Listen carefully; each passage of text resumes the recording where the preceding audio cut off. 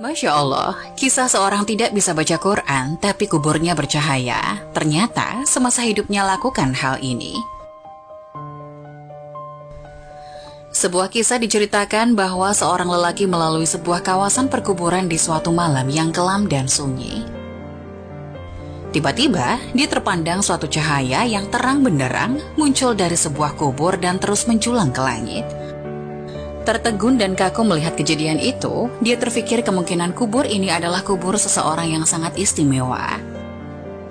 Mungkin ia seorang wali Allah, atau ulama, atau orang soleh yang istimewa kedudukannya di sisi Allah. Diambilnya sebatang kayu, lalu dipacak di atas kuburan yang bercahaya itu. Keesokan harinya, lelaki itu datang lagi ke kawasan perkuburan itu dengan ditemani beberapa orang kampung. Beliau ingin menyelidiki dan ingin mengetahui kubur siapakah yang sangat ajaib itu.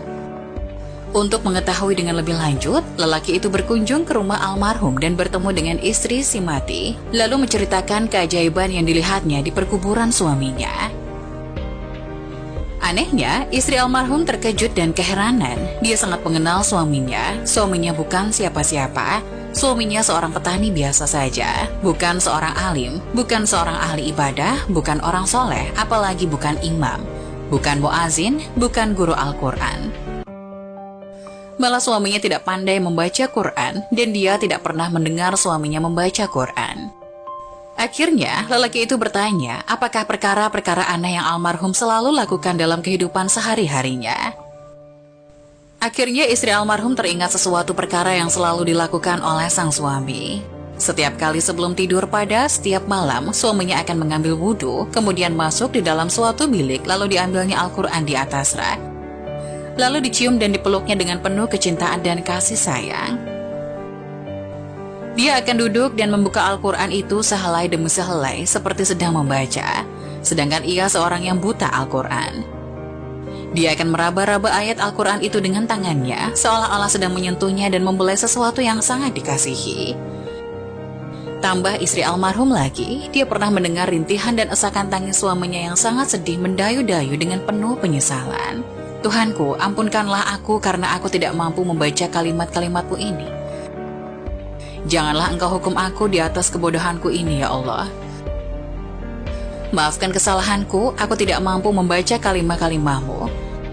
Aku tidak dapat bersahabat denganmu, aku tidak dapat memahamimu, tapi aku sangat mengasihimu, aku sangat mencintaimu.